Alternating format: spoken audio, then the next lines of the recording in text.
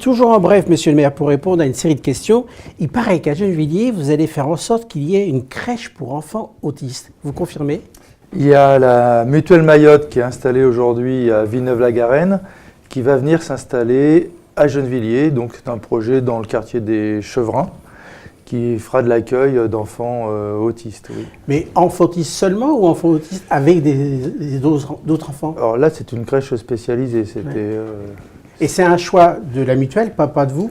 Ça, c'est un choix de la mutuelle, oui. C'est un choix de. Vous accueillez? Nous, on accueille, et ce qui ne nous empêchera pas d'accueillir des enfants autistes aussi dans des structures, dans les autres crèches. Ah, mais les autres crèches peuvent aussi accueillir des enfants autistes? On travaille à améliorer notre accueil des enfants porteurs de handicap et d'enfants autistes dans d'autres endroits.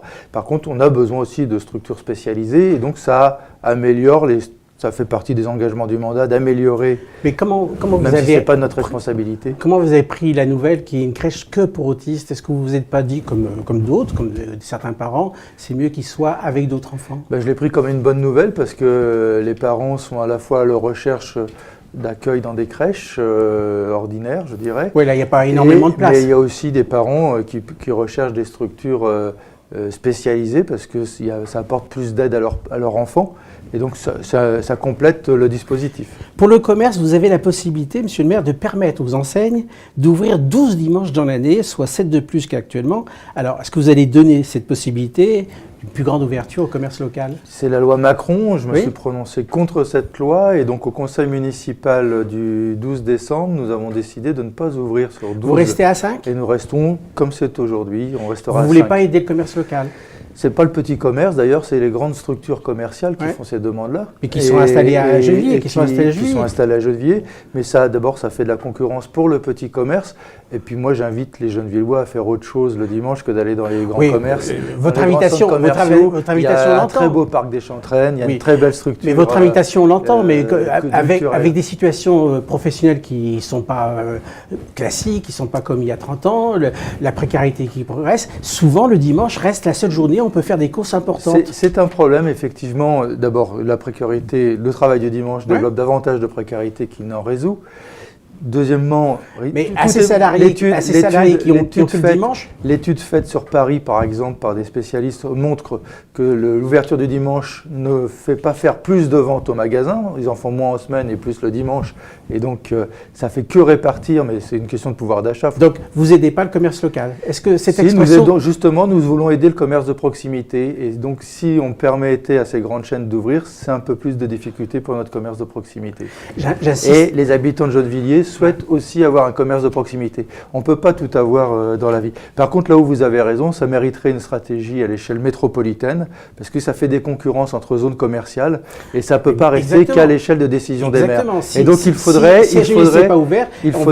faudrait organiser, c'est ce que nous avons demandé à l'échelle métropolitaine, qu'il y ait une étude sur la métropole pour regarder comment on peut organiser ce genre de choses.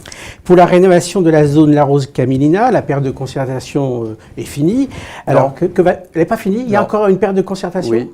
Donc c'est pas encore fixé? Non. Alors qu'il est que c'est pas encore fixé? Là, on a fini la concertation sur la définition de la ZAC que nous avons passée au conseil municipal du 12 décembre.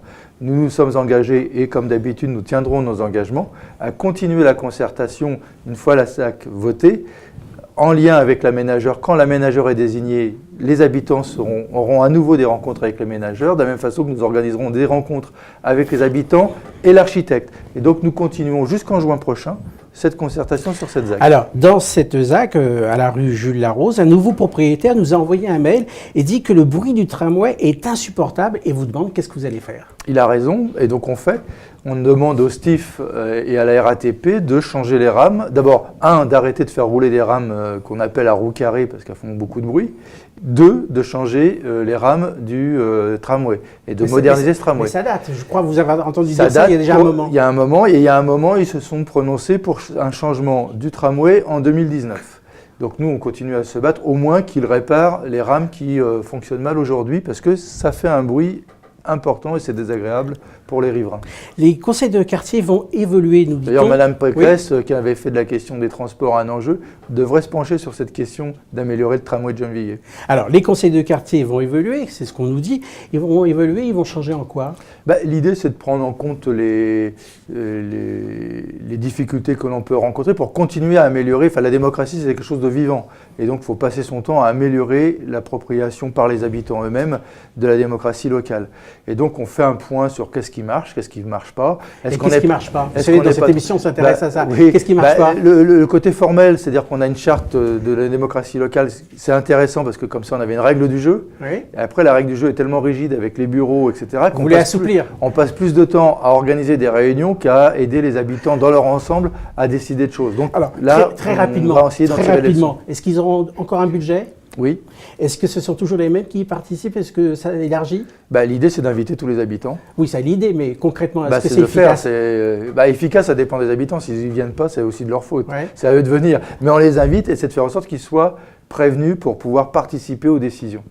Est-ce que vous pouvez me donner un exemple de proposition de conseil de quartier qui a été entendue localement? Il y en a plusieurs exemples. Il y a les jeunes, par exemple, qui ont fait construire des aires de jeu pour eux-mêmes dans la coulée verte. Ce sont des jeunes qui ont fait cette proposition dans les conseils de quartier.